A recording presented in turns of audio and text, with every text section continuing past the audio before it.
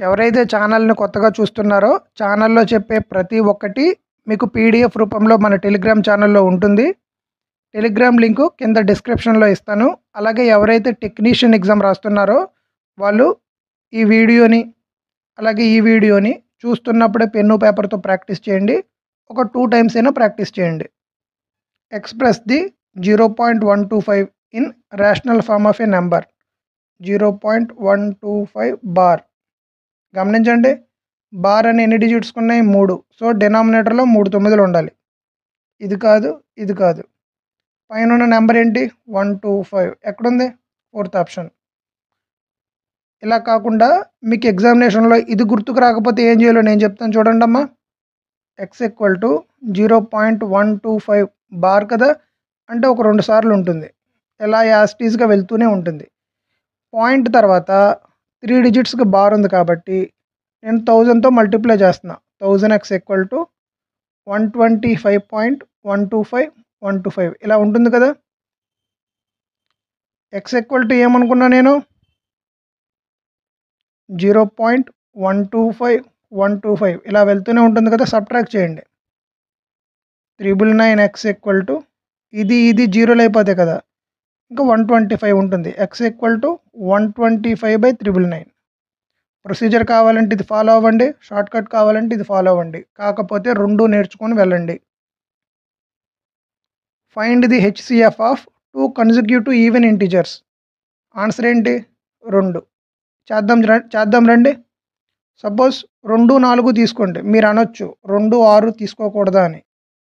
ఏమడిగాడమ్మా? Consecutive అంటే వరుస క్రమంలో. సో, 2 తర్వాత వచ్చే ఈవెన్ నెంబర్ 4 కదా! 2కి 4కి హెచ్‌సీఎఫ్ ఎంత? 2. ఇప్పుడు చూడండి 20, 22 తీసుకుంటా. ఈ 2 వరుసగా ఉన్నాయి కదా ఈవెన్ నెంబర్స్. దీనికి హెచ్‌సీఎఫ్ కావాలి.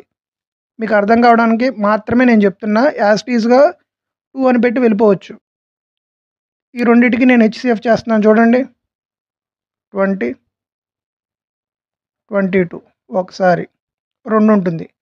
2లో 20 10 టైమ్స్ 0. సో, హెచ్‌సీఎఫ్ ఏంటమ్మా? 2.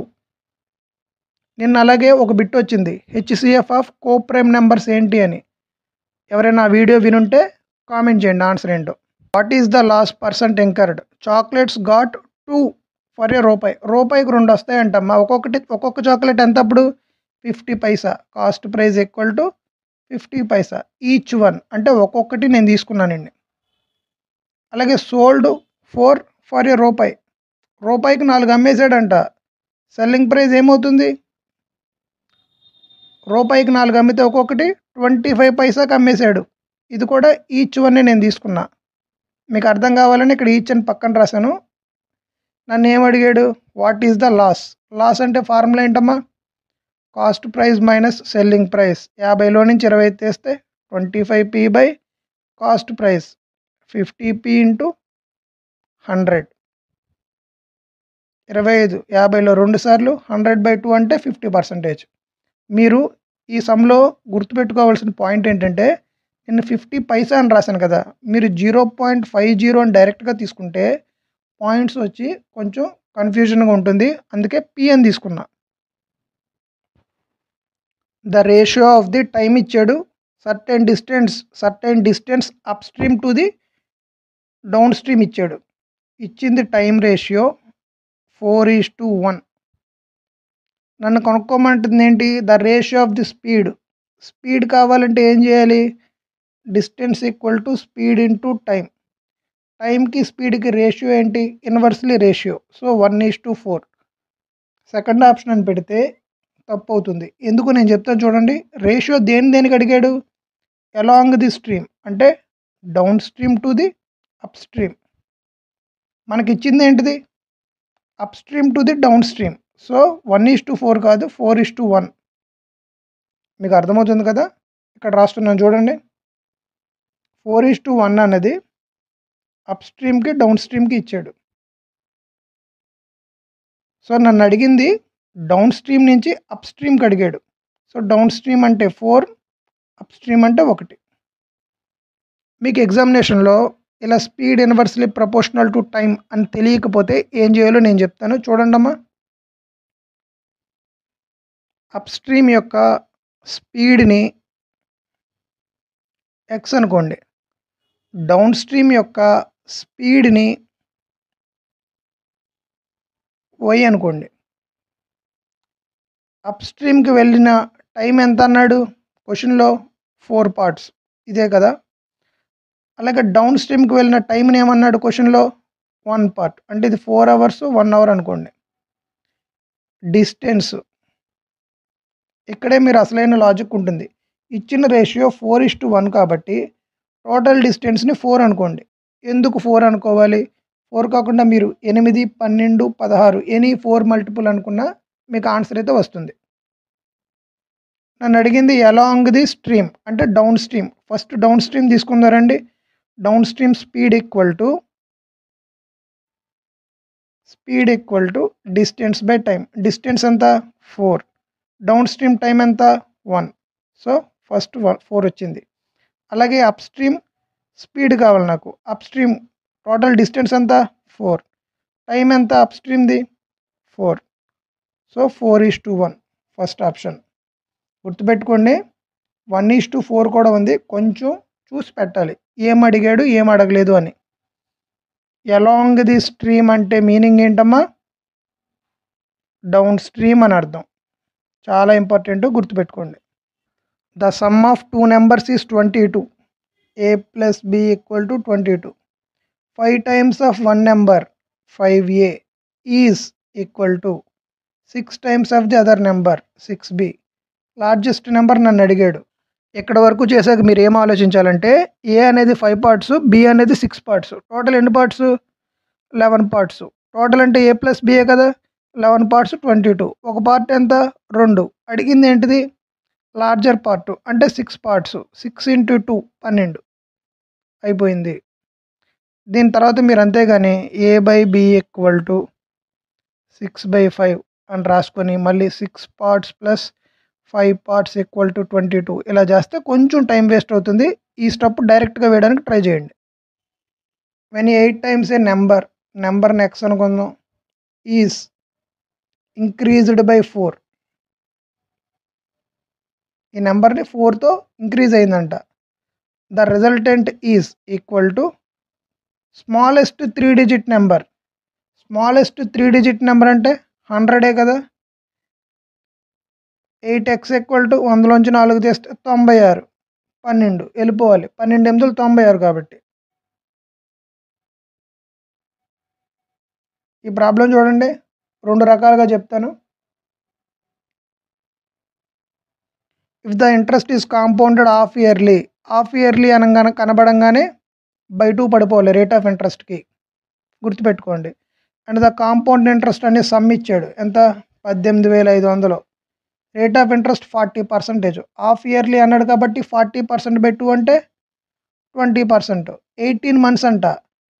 18 నెలల్లో ఎన్ని హాఫ్ ఇయర్లీ ఉంటాయమ్మా? 18/6 అంటే 3 సార్లు ఉంటుంది. ఇక్కడ వరకు మీరు చేశాక ఫార్ములా వేయకుండా ఎలా చేయాలో నేను చెప్తాను చూడండి. ఫస్ట్ ఇయర్కి, సెకండ్ ఇయర్కి, థర్డ్ ఇయర్కి ఇంట్రెస్ట్ కలిపి నన్ను అడిగాడు. కాంపౌండ్ ఇంట్రెస్ట్ మనం చేస్తుంది సిఐ.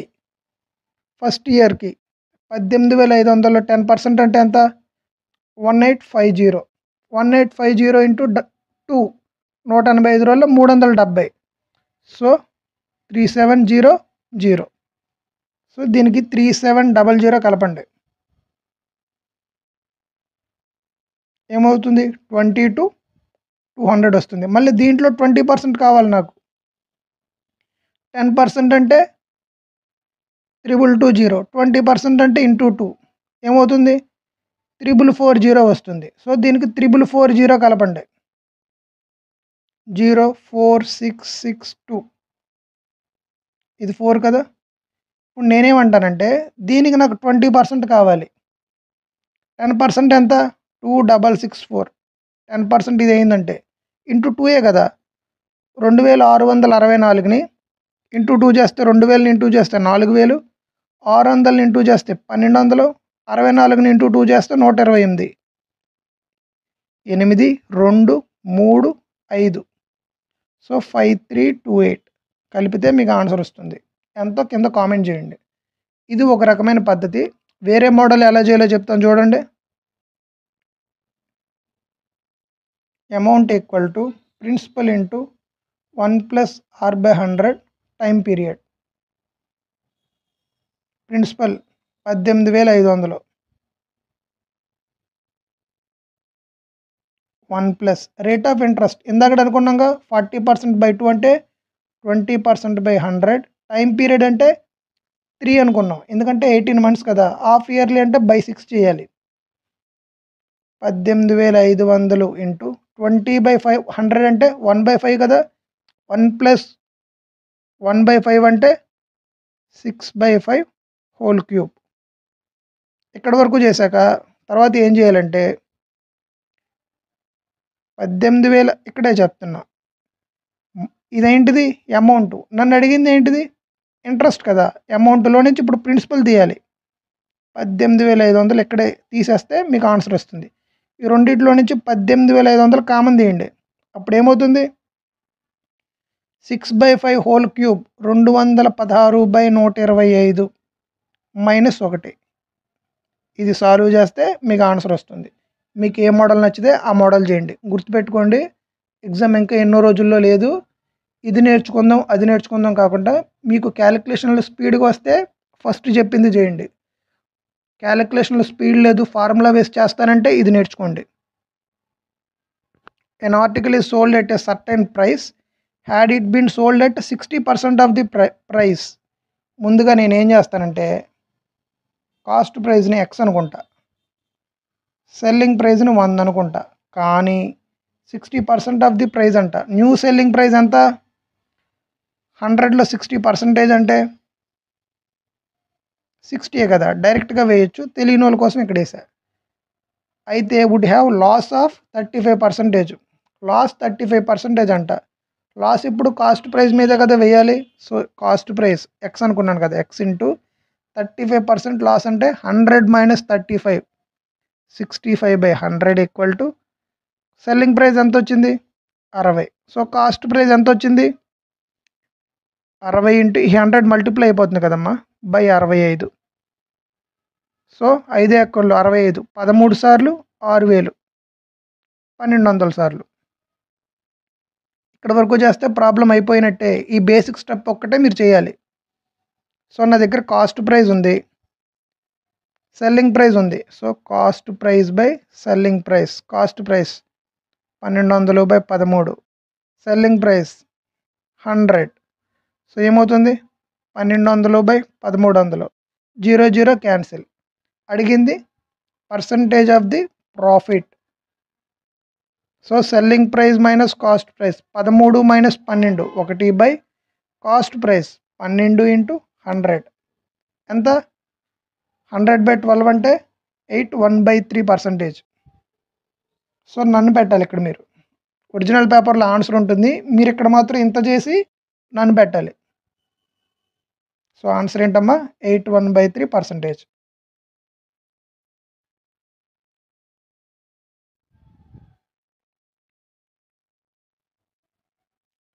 నూట 10 మీటర్ల లాంగ్ ట్రైన్ ఉందంట. Distance equal to speed into time.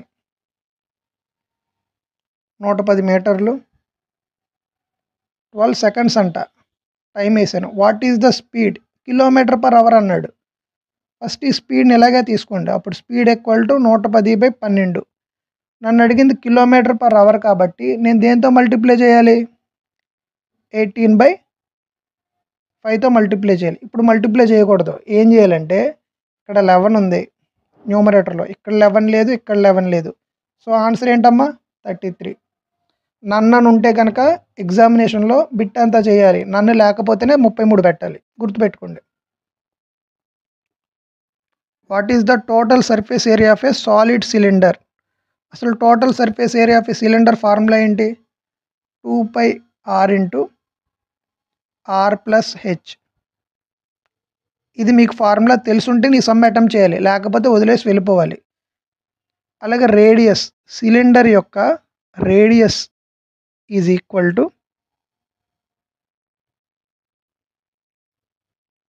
Half of the radius of a circle. అంటే half of the radius of the circle అంట. సర్కిల్ ఏరియా ఇచ్చాడు. సర్కిల్ ఏరియా ఫార్ములా ఏంటి πr² అంటే 22/7 into r square equal to 154.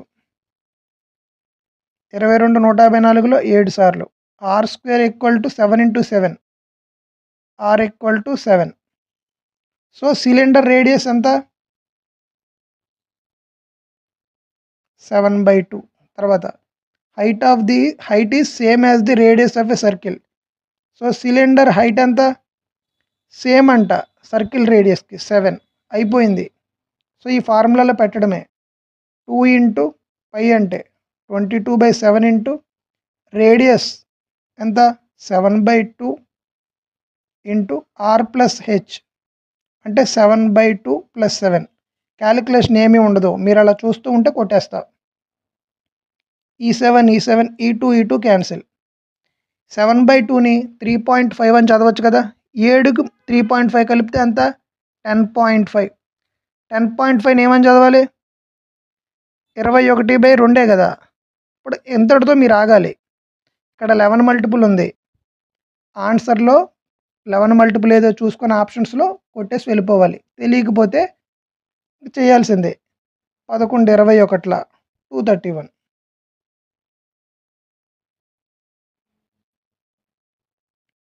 A sum of money simple interest amounts to ఇది amount ఇచ్చాడమ్మా 815 3 years కంట, 854 4 years కంట. Difference ఎంత? 1 ఇయర్కి 854 నుంచి 815 చేస్తే 39. ఇప్పుడు చూడండి, 2 కేసెస్లో మీకు చెప్తా. కేస్ 1 815 3 ఇయర్స్ తీసుకుందాం. 39 మూళ్ళు ఎంత? 117. ఇది అమౌంట్ కదా. సో 815లో నుంచి 117 చేస్తే మీ ఆన్సర్. కేస్ 2 ఇది తీసుకోండి. 854 4 ఇయర్స్కి. 1 ఇయర్కి ఎంత? 39. 4 ఇయర్స్ కంటే 39 4లు ఎంత? 156. సో 854 ఈ అమౌంట్లో నుంచి 156 తీయండి. ఇదే మీ ఆన్సర్. ఆన్సర్ ఎంతో కింద కామెంట్ చేయండి.